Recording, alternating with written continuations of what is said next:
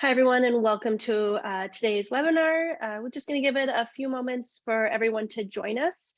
As I see some people in the wait room, please just put a thumbs up or a yes if you can hear us in the chat section. That would be great, just to make sure the audio is working. Perfect. Thank you so much. And we did want to thank everyone for all the questions that you sent in for today's webinar as well through Discord or email. Tried to get as much as them that we could into this webinar. So if by any chance we didn't get to your question or didn't get answered, please just send us an email. I put our email, the IR email, in the chat section there, ir@victorysquare.com. So feel free to shoot us an email if we don't get over there. Hey, Ben, how's it going? We hope everyone had a great long weekend and enjoyed yourself. And back to the week now. So I think we can begin now. I've given some people some time to come in. If there's anyone else coming in, feel free just to join us whenever. So thanks so much, everyone, for joining us today. If you do have any questions throughout the webinar, please put them in the Q&A section down below, and we'll try and get to them if they're not answered throughout the webinar. We'll also be recording this webinar. It is being recorded right now, so get that to you guys as soon as possible as well. We'll be posting it in Discord. If you need the link to, shoot me an email if for some reason you don't get it, and I'll make sure you receive that. So without further ado, just want to welcome everyone to our webinar with Victory Square CEO, Shafin Tejani. And just to begin, for anyone new here to Victory Square that's tuning in today, Shaf, can you give us a quick refresher on what VST is? Yeah, absolutely. Thanks, Abby, and thanks everyone for tuning in. So Victory Square is a venture builder. Our focus is investing in disruptive innovation. Victory Square was also kind of VST was set up to fill the early stage investment gap for a broad range of investors. We provide investors a liquid way to invest in early seed stage tech companies and healthcare companies without having to actually qualify to buy into a venture fund. Or that requires accredited investor status or multi-year commitments. VST is a company that can be purchased by non-accredited investors who are restricted from buying venture funds. And it's an excellent way to diversify into early stage venture. Our advantage is twofold. Our companies come from all over the world. So we have an internal incubator that helps us kind of scour through some of the top companies in the sectors that we look at all over the world and then bring them into VST for us to work on them to kind of grow and scale them. And second, our management team is actively involved. So when I mentioned venture builder, we're not passive investors. We look at early seed stage tech companies that we can, our management team can add value to, roll up our sleeves and work to kind of grow and scale those businesses up. Management is aligned with investors. You know, we're the largest shareholders in the company. And the way we drive value is by monetizing the investments and reinvesting the gains into new innovations. There's currently about 25 companies in the portfolio companies right now in the company. And due to market conditions, so we've seen our share price drop to almost 86% below our NAV. So it's a great opportunity to kind of follow the story and look into the company. Perfect. Thanks so much, Shaf. Just leading off of that too, can you give us an update on the NAV and how we calculate the NAV? Yeah. So at the end of August, we released our Q2s, which are ending June 30th. And I believe the unaudited NAV was around 89.7 million Canadian dollars, which again, if anyone's kind of following the stock currently and the market cap currently, I think we're trading at a 86% discount to that NAV. The portfolio is broken into kind of three categories: public, private holdings, and incubating. With respect to the public holdings, we have a couple of companies that are public, and the way we calculate the NAV on those is to take the number of shares we own and multiply them by the share price of that company. The second basket of companies we have are private. And for the private companies, we usually use a couple of different methods. One is the last round of financing or a term sheet or a third-party validation or valuation on it. So our auditors have required us to bring in a third party to come in and evaluate some of the larger private holdings. And then in some cases, we just make a management assessment on them. And then we have what's called incubating. And so the incubating, I mentioned venture build studio. So we're constantly looking at different sectors that we have an interest in and are incubating and new IP and building and testing things out. So within that incubating category, there's a value based on cost or time invested in those companies, or we'll look at angel list to kind of qualify a value on those companies. But collectively, through the public, private, and incubating, that kind of makes up the NAV. One thing to note too as well, that NAV, is a NAV that's taking into account that a lot of our public holdings are trading at 52-week lows, given kind of the overall market correction. So one of the things that we're excited about with the NAV, even though the NAV is strong and we're trading at a significant discount, is that we believe that NAV will appreciate over time as the markets kind of stabilize. Perfect. Thanks so much, Shaf. Just going to jump into some other questions that we've received here too. Any word on when VST shareholders' Trinium shares will be rolled out? So for anyone that knows, Trinium was a portfolio company. It listed earlier this year. VST, we have this dividend strategy, which we implemented in 2021. And the dividend strategy, was to benefit VST shareholders and help, build a base of shareholders for our spinoffs. And I think last year we gave out 3 common share dividends. So this is something that we believe in.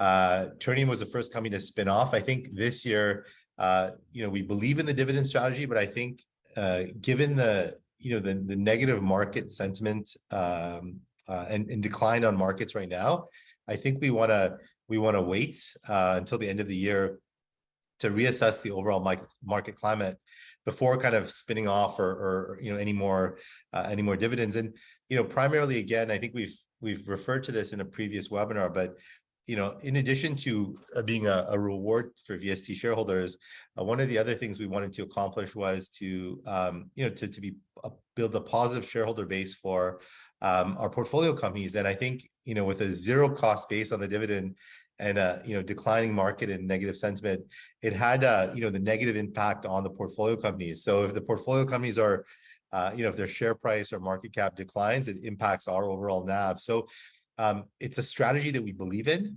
I think we just want to wait to the end of the year to kind of reassess, just given the overall negative sentiment on markets right now. Perfect. Thank you. I know that question came up a few times. Let's go on to Stardust Solar. So how is Stardust Solar looking this year? And is there any update on when they might spin off? So Stardust, the company, is doing very well. The management team, again, decided to kind of delay their go public plans. And again, this was a result of kind of poor conditions in the equity markets. And they made that decision, I think, earlier on in the year. And I think we might have referenced this again in another webinar. However, for us, the metrics we look at, the company has been growing and performing well. And they still do have a number of public market groups circling them and trying to encourage them to list. But again, we renewables are not going anywhere. The business is continuing to grow. They're cash flowing. So I think we want to make sure that the management is ready, because having a publicly listed company creates a whole set of challenges and work that's required. And we don't want the CEO or the management team right now, where there is momentum in the operational side of the business, to lose focus. But when the time is right, they'll make that move. Perfect. Thank you. So crypto overall seems to be a bit of a tenuous point right now. How much of what VST is into, investment-wise, revolves around cryptocurrency in some way? Are you able to touch on this? Yeah, I feel like this is an interesting question because I've answered this question, I think, in the past multiple times as we've seen, you know, booms in the crypto sector and all this excitement, and then, followed by crypto winter. And every time, there's this idea of gloom and doom, and then the market comes back, kind of even bigger and badder and stronger. And then, again, another correction, it's followed by another correction. I think long-term Web3, specifically digital assets and DAOs and NFTs, and just, the underlying blockchain technology, this is a sector and space that we're bullish on, more importantly, long on. So, we don't, I think the first time, we saw the sector jump and decline, obviously was disheartening, but I think, in follow-on cycles, I think we've, become more confident in the technology, especially on a global scale. There's some solutions that people don't see utility here, but the utility is massive when it comes to payments, remittance in markets like Africa, for example. So we're bullish long-term on the sector. We believe that, right now is the time for a lot of the nonsense to kind of, fall by the wayside, and the real builders and real utility and real solutions continuing to be built. I would say that exposure-wise, we probably have 10 to 15% of our investments in the category. And so, again, not concerned, and we've been through this before. So yeah, long-term, we're bullish on the sector and the technology. Perfect, thanks. And I know this was something that recently happened for us, so a question came up about it. Why did VST take on $2 million in non-dilutive capital, and why didn't you sell off assets instead of taking on as capital? So a couple of interesting things in the question alone. So non-dilutive being the key. So Victory Square, our model is to buy, build, invest in early seed stage tech companies, spend 12 to 48 months building them up, and then getting them ready to kind of spin off. At the time of spin off, for us, I mentioned our business model revolves around us either selling off some of those assets to reinvest in building up a new funnel of ideas and projects, selling that stock into the market. We've done that in the past with Fens Unite and Argo Blockchain. Or doing an equity, financing like we did in November of 2020 when the share price was trading a lot higher. So as part of our model, when a company gets spun off, we can look to, to sell some of those assets. We can do a financing to reinvest. Or the third option, which is the option we took, which is accessing non-dilutive capital. Obviously, we don't want to do any sort of equity financing at these levels because we believe, again, the company is significantly undervalued, and we don't want that dilution at these levels. And two, we believe, I mentioned earlier in the webinar, that our assets, our publicly traded assets, are all trading at 52-week lows, and the majority of them, we believe in those companies long term. So we think that the value of those assets are going to grow significantly higher than let's say the cost of accessing non-dilutive capital. So we took that non-dilutive capital for a couple of reasons. One, that non-dilutive capital is non-dilutive, so we're not issuing any shares on VST. Two, it's secured by publicly portfolio holdings, which again, our decision was to not sell them. So we borrow against them when we can. And we have the option with respect to the interest on that to cover that with VST shares. So as an example, we can look at in the future and use our Hydrate shares as an example to cover the interest payments, which we would be using a currency that's significantly higher than what our cost base was to cover those interest payments. So it's really negligible for us.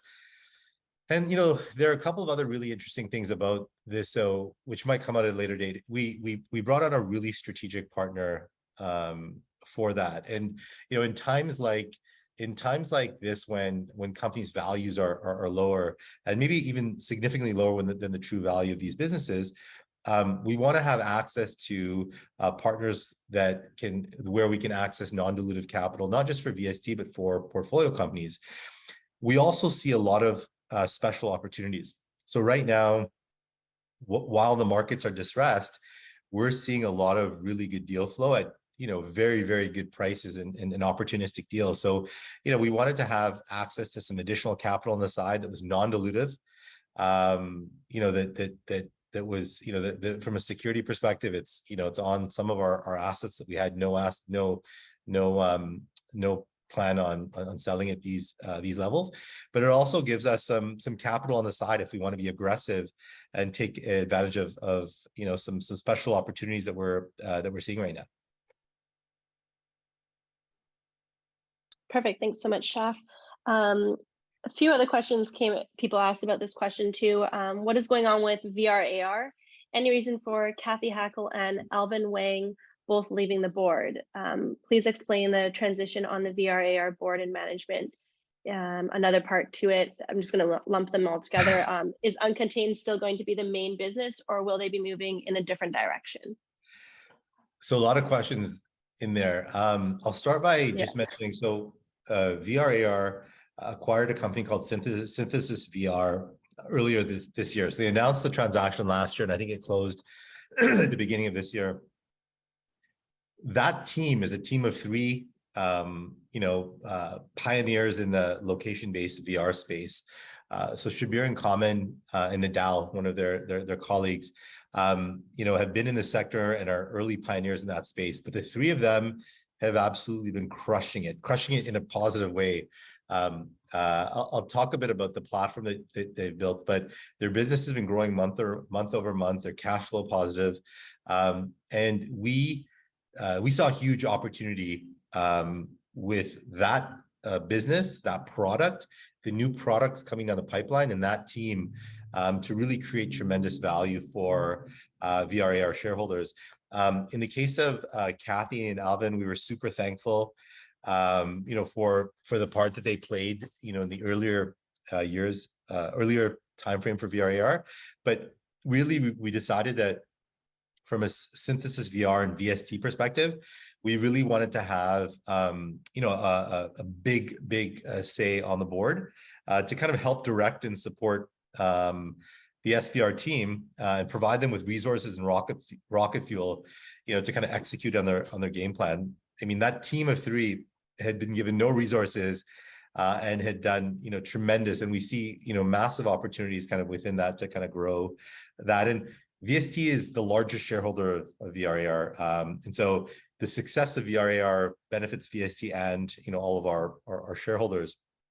And also, I think one other part to that was that Shabir, who was the CEO and one of the co-founders of Synthesis VR, we felt that him stepping into the CEO role for the public company, the parent company, was the right move on an ongoing basis. So again, thankful for Tim for his the part that he played, but VST felt that given that it's a large shareholder, we're a large shareholder, and this is an important holding of ours, being more proactive on the board and being able to provide resources to the SVR team to really kind of push that business.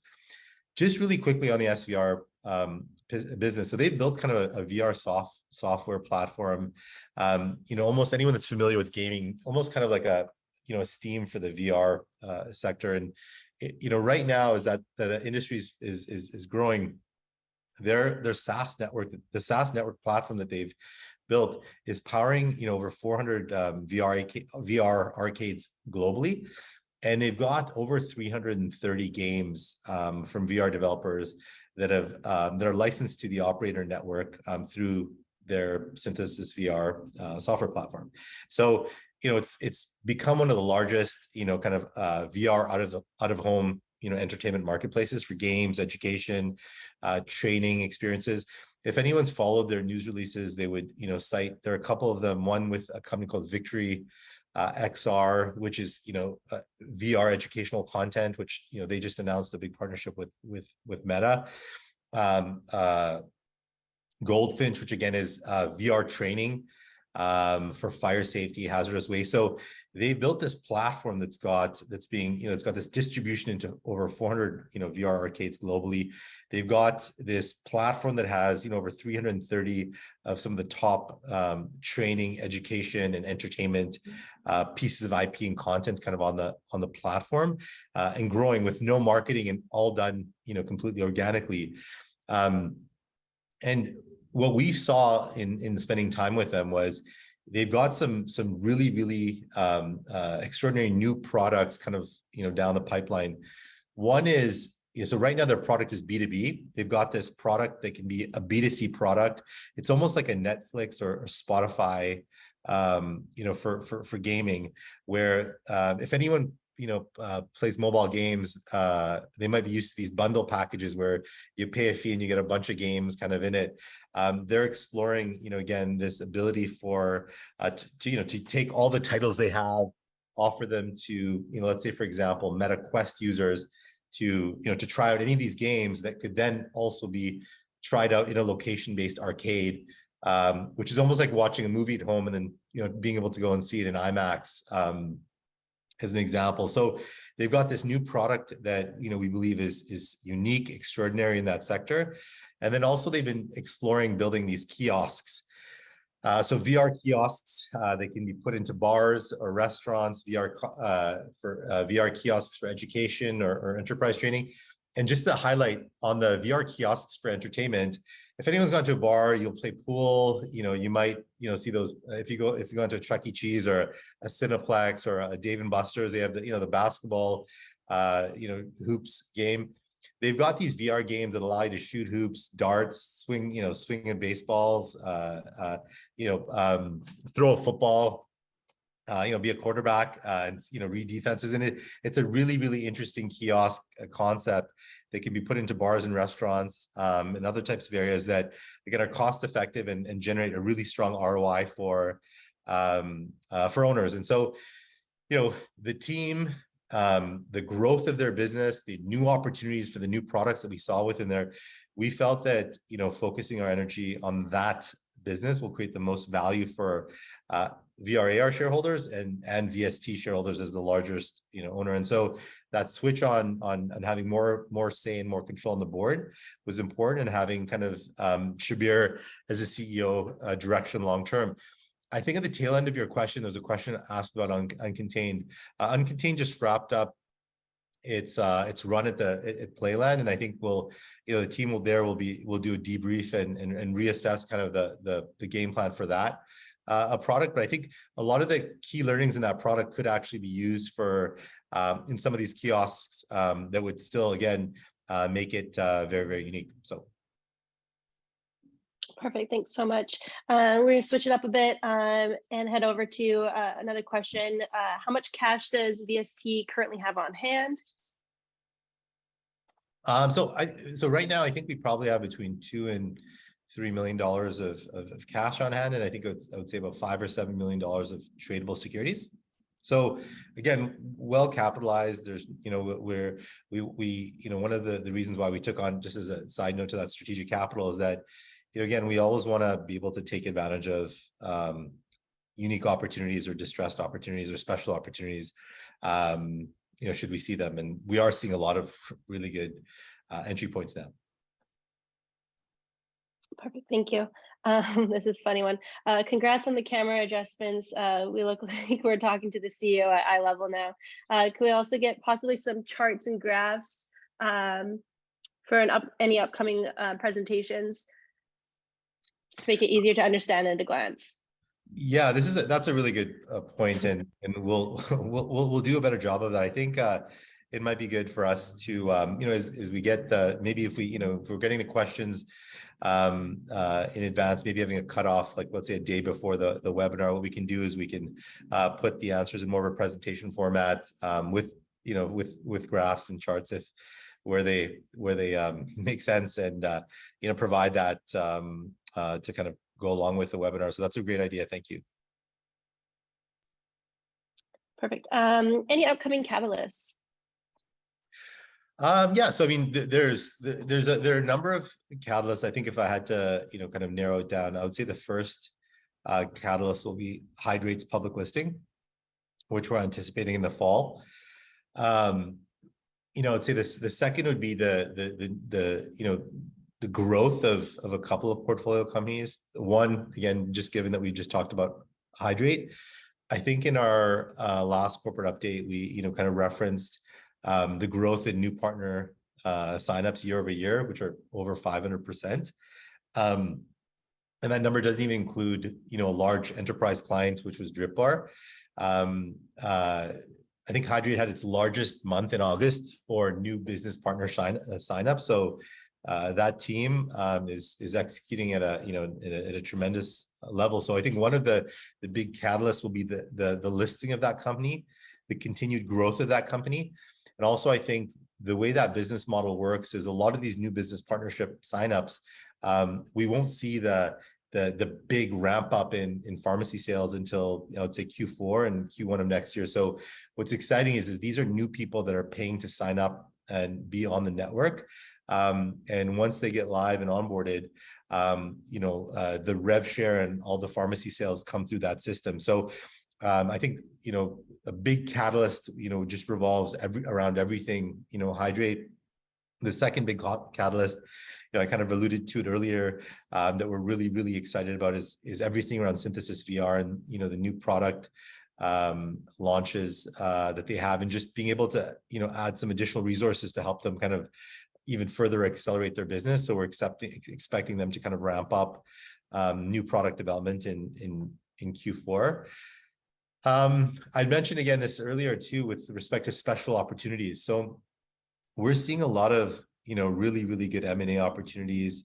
We're seeing a lot of really good distressed opportunities and opportunities that are accretive. So these are accretive investments to VST and or a specific portfolio company.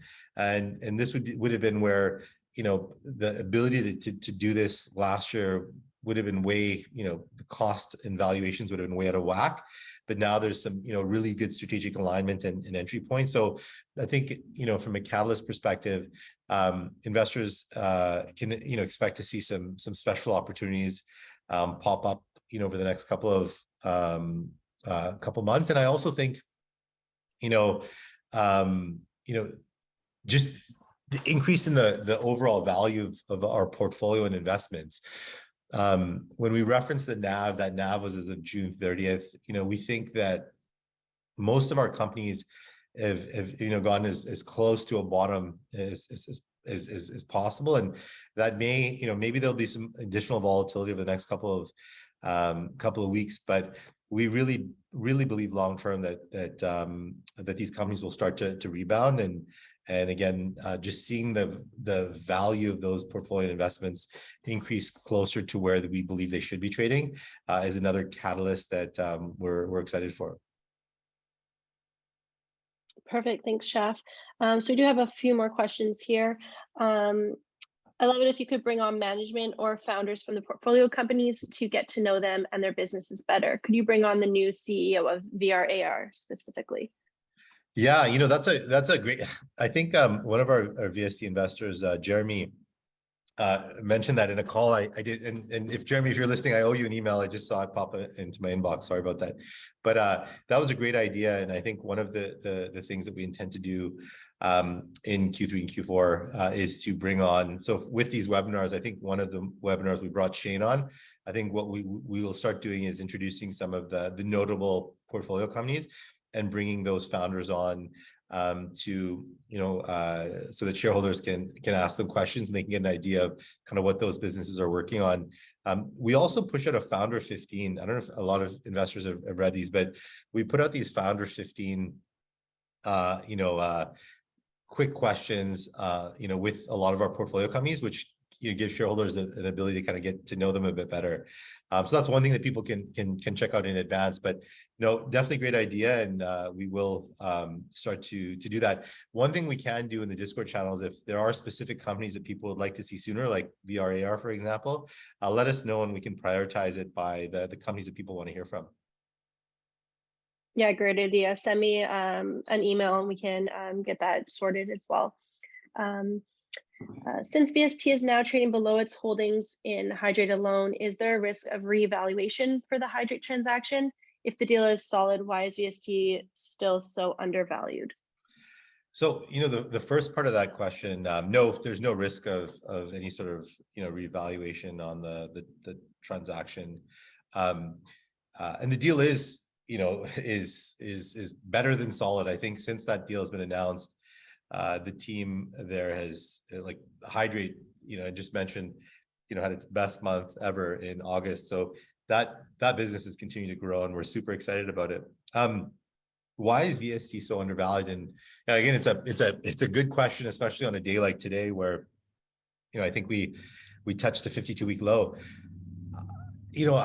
I don't know the answer to why the VST is so low. I think, and I don't want to, investors have heard me talk about market sentiment and the overall market.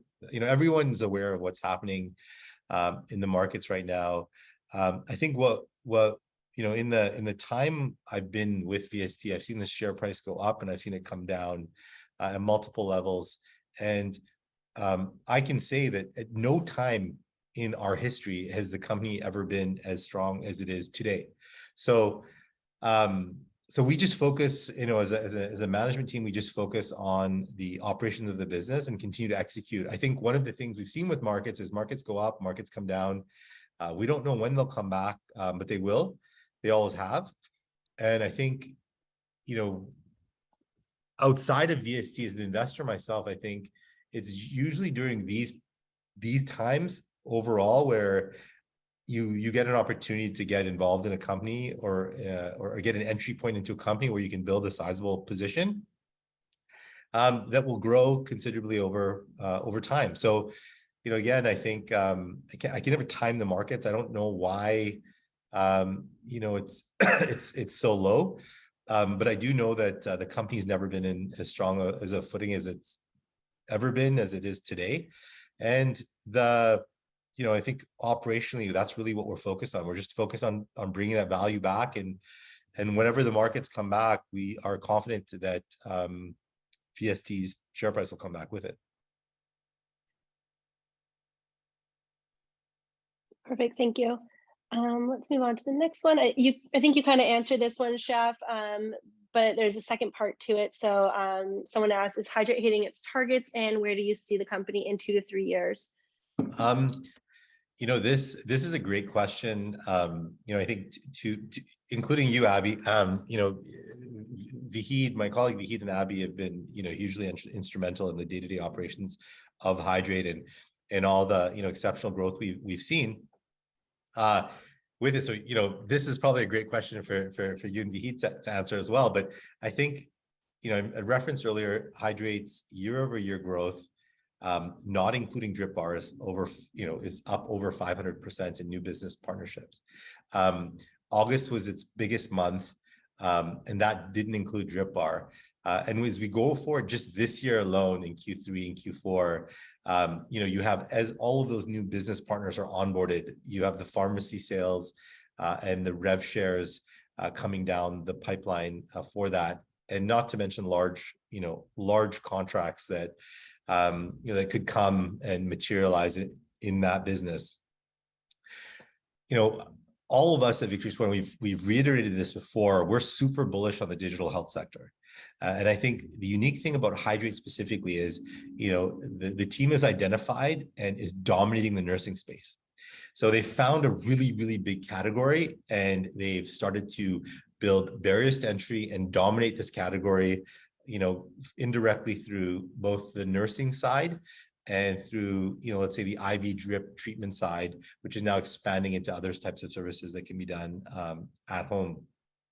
So, where do I see this in 2 or 3 years? One, I see the growth the growth of this company to be considerable, double-digit growth year over year for the next 2 to 3 years. I'm super bullish on the sector, and I think if anyone's following the digital health sector, one, quality of life and is also based on having good health. Good health is priceless, and it's universal. It doesn't matter where you go in this world. People are spending money and time and energy on good health. It's a priority. And having said that, we've seen tremendous M&A in this space recently. Two transactions more recently. One which was Amazon just acquired One Health, and I think CVS just acquired Signify. And if you look at these two transactions, the transactions were in the billions. And they're based on, a lot of them are based on at-home care services, and they're valued on the number of at-home services that each of those companies had performed. So there's tremendous value built there. So when I look at what Hydrate's doing over the next 2 or 3 years, it's going to be comparable to those companies. I mean, I think as we spoke about the last question about bringing on, or one of the earlier questions about bringing on CEOs, it would be great to bring on, I think, Shane back on and Vahid to talk about some of the things that the company's doing, because Hydrate, like in my opinion, Hydrate right now will be an outlier in the portfolio. There's no doubt in my mind. It's and if anyone in these businesses, in the spaces, like, you look for your singles and your doubles and your triples, but you try to find that home run, that outlier. And I believe that this is that outlier. It's very unique in most of the businesses we go into as well, because it cash flows. It's a unique sector, and I think there's a number of things from the sector which is not going away, the market share and the niche that they went after to dominate, the acceleration of growth, and just some of the strategic moves that they're making right now. I think will put them in a really good position to be a cash flow cow for VST, a very successful company for VST.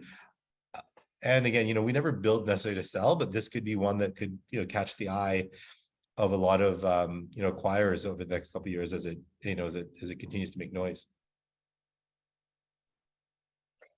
Thanks so much for that, Chef. I think it kind of ties into the next question here.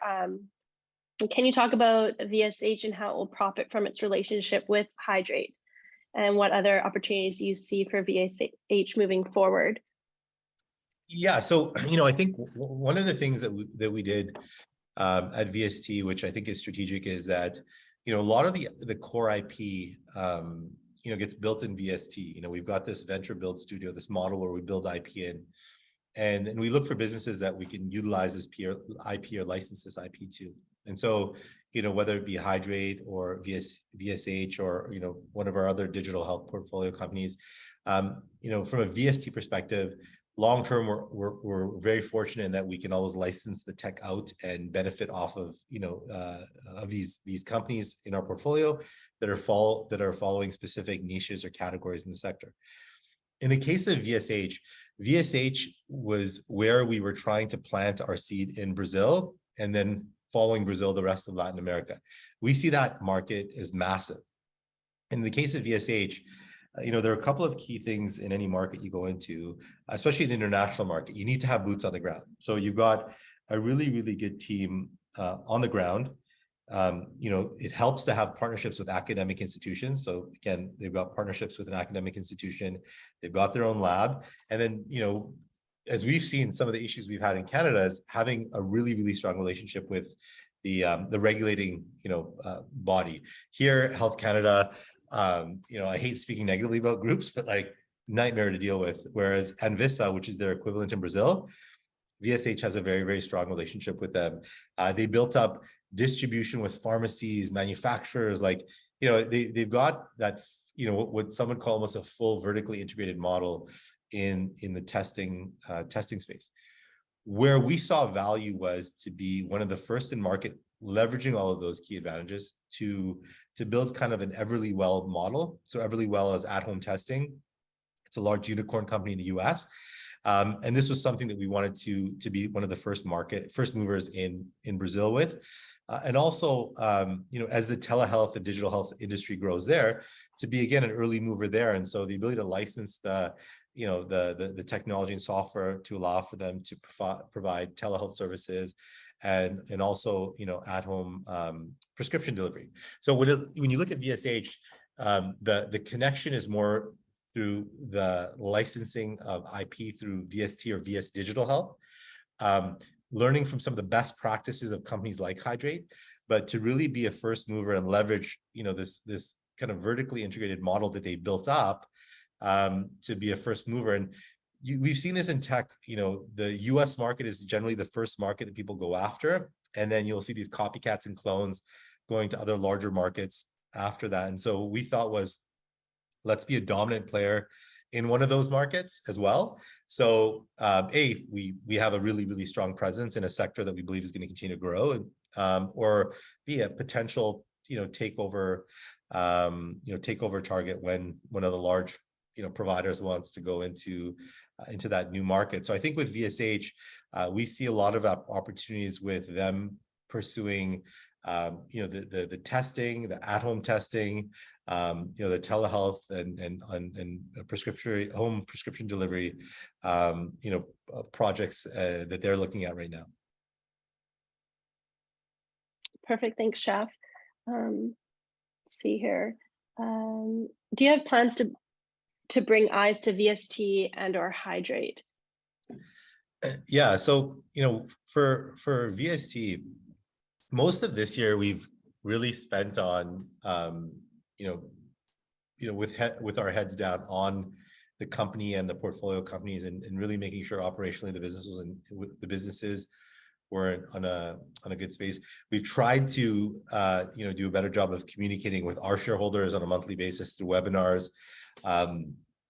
We've tried to provide more transparency around the NAV, on a more frequent basis than we have. And I think going into the fall, I think one of the things that we'll do from a VST perspective is probably focus more on the share price in the market. Now, I think a lot of people are kind of away in the summer, and we think that people will be coming back in. So whether it's investor roadshows, spending more time going to conferences or talking to brokers, just outbound, just again to share the story. I think that'll be one focus we'll do on the VST side. With respect to Hydrate, we actually think Hydrate will bring a lot of eyeballs to VST for a couple of reasons. One, we think that it's going to be really well received when it lists. We think that what we found is that companies that are focused on a specific vertical generally have a lot more investors that are focused on a specific vertical and like those types of stocks. We've gotten feedback from VST that we're into a lot of things, where some investors just prefer to invest in one sector that they get or understand. So we think all of those investors that are introduced to Hydrate, or new investors that are introduced to Hydrate, might be a great way for us to bring into the VST story, primarily because if they're interested in Hydrate and they like Hydrate and they're buying Hydrate, they could buy Hydrate indirectly by owning VST at a significant discount right now. So we think that the success of Hydrate, and just the success of any portfolio company in general, will lend eyes back to the parent. So for VST directly, we're going to spend some more time on outbound, telling the story to brokers, family offices, attending conferences, investor roadshows. And then I also think with Hydrate listing, I think it's going to bring new eyeballs onto VST as well. Perfect. Thanks so much. And I think we have a few more questions here. Your portfolio of companies is so diverse that it's hard for investors to value them. Could you do more to highlight each investment like you did with the Hydrate webinar? So that's probably the one that we broke it down and showed the full investment and their workflow and future outlook. Yeah, absolutely. It's a good point. I think we definitely could. So by highlight investment, do you mean like specific webinars on those companies with, kind of what our investment was, how that specific company is valued, and what kind of the future forecasts are? Maybe talk about some competitors. If that's what investors are thinking about, we can definitely, that's definitely something that I think, do a bit more of a deep dive or case study into those businesses. And then even bringing those CEOs on to talk about them. We can definitely do that. That's a great idea. Perfect. Thanks. A few more here. Let's see what we got. Can you give any insight regarding the large shareholder that is steadily selling massive quantities of VST shares daily? Yeah, we're looking into this right now. We don't have any idea who this is. We've seen that sales have been coming out of anonymous. And I think at the end of every second trading day, or you're able to see what house that was, and we've seen that there's been a lot of selling out of BMO. So BMO is actually a bank in Canada. It's Bank of Montreal. So we're looking at that, and I think if there's anyone on this call that who's doing that, we're also able to coordinate across. To have someone kind of just take out those shares if anyone is interested in unwinding. But yeah, I mean, we don't know who that is. We're monitoring it, the situation, and yeah, I mean, I think it's definitely like if it was an individual shareholder, we're not really sure who would have. It's not an insider for sure, but who would have accumulated that large of a position. Perfect. Thanks, Shaf. I'm just looking at a few more here. When will investors get more info on the equity raise of Hydrate for VST shareholders? Sorry, can you say that one more time? When will investors get more info on the equity raise of Hydrate for VST shareholders? Do you see that one? Sorry, is this part of the president's list you're talking about? Yes, I think that's what they're talking about. Oh yeah, so just as an FYI, one of the like the last qualifying items that the exchange required us to do is to do a small financing, I think of like 83 shareholders for that. So we opened it up to VST shareholders, as a first come first serve basis. So I would keep an eye out for that, or send an email to be on that list, because again, it's only being done because of the last requirement that's needed for that listing. And again, I think that participation is going to be limited to the first, I think, 83 people that sign up. And I believe that all of that stock will be free trading on day one. So, and the pricing on it, I think, is the pricing that was used 4 or 5 months ago.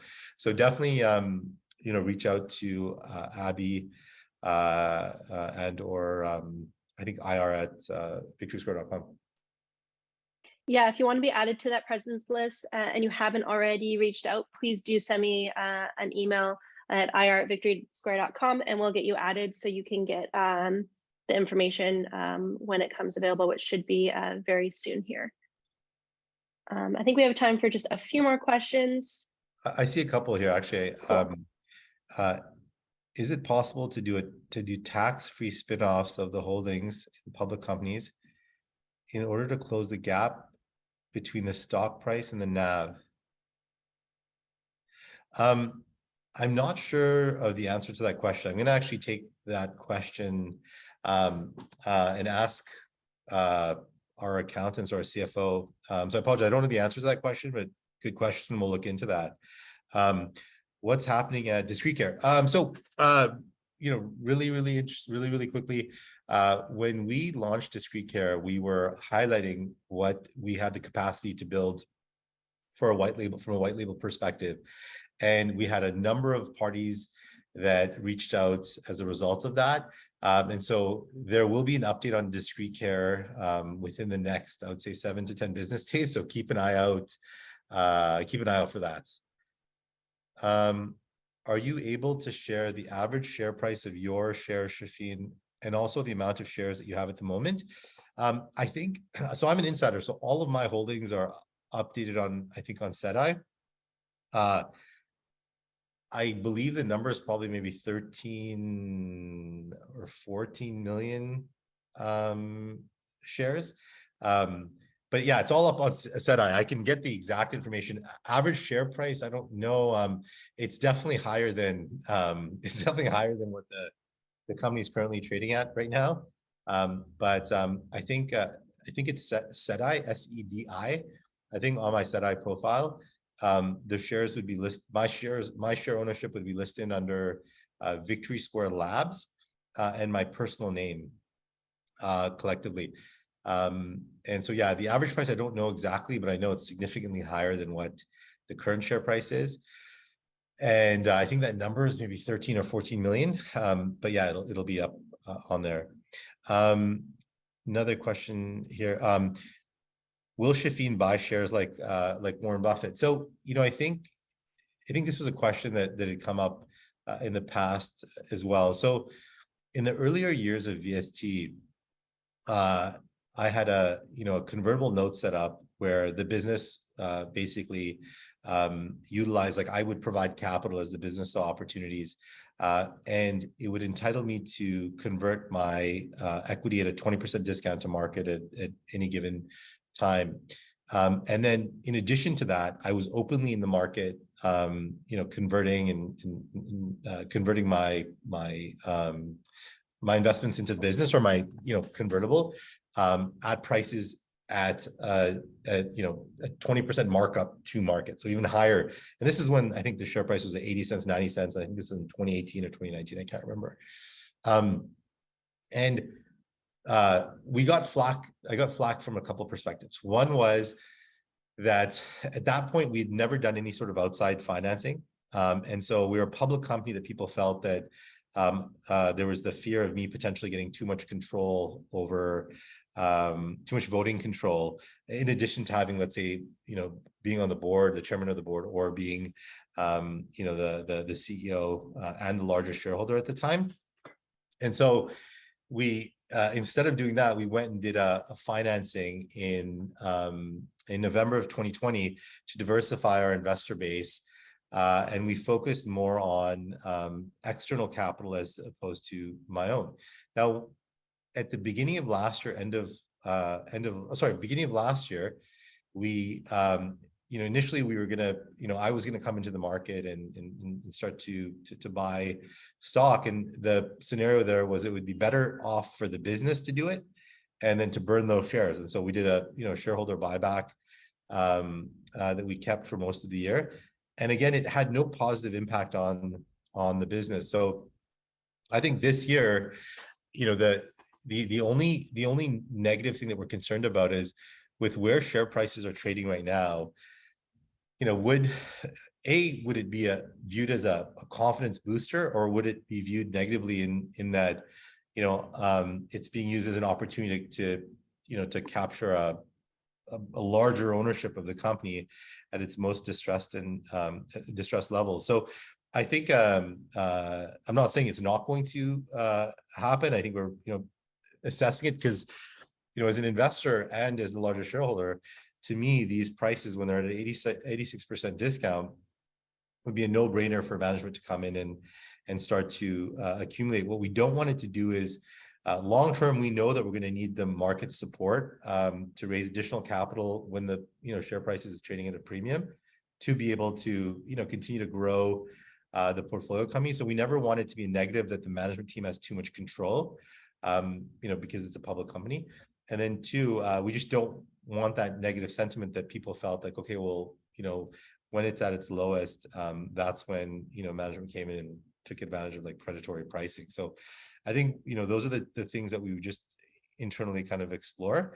But yeah, I'm not saying it's not going to happen. Like, I mean, I think at these levels, we definitely want to step in and show the investors in the market that we believe this is undervalued. Perfect. And I think we've hit all the questions for today. So if there's any last words from you, Shaf, before we close this out, feel free. No, again, thank you everyone for tuning in. If there was any question that was missed, please, throw it on the Discord. If there was any questions that people wanted more clarification on, yeah, just post it on the Discord and we'll get to it. I think, yeah, keep an eye out for that. If anyone's interested on being on the president's list, this is coming up really, really quickly. So definitely hit up IR at Victory Square on that. And then, yeah, just reiterating that, I think the company is in a really, really good position right now. There's no concern about capital. We don't have to fire sale assets. We don't have to do any sort of dilutive funding at these levels, and so we're not going anywhere.